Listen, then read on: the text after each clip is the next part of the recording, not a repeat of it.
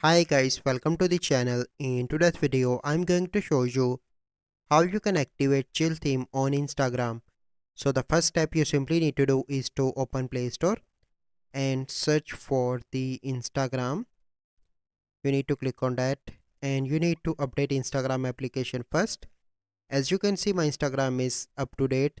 Then you need to go back and open Instagram application, and then you simply need to click on this messenger icon on the top right.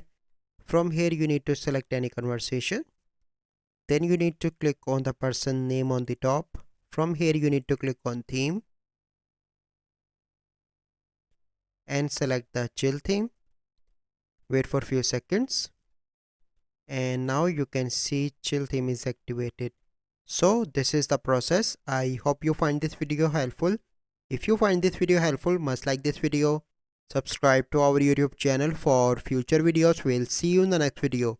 Thank you. Have a good day.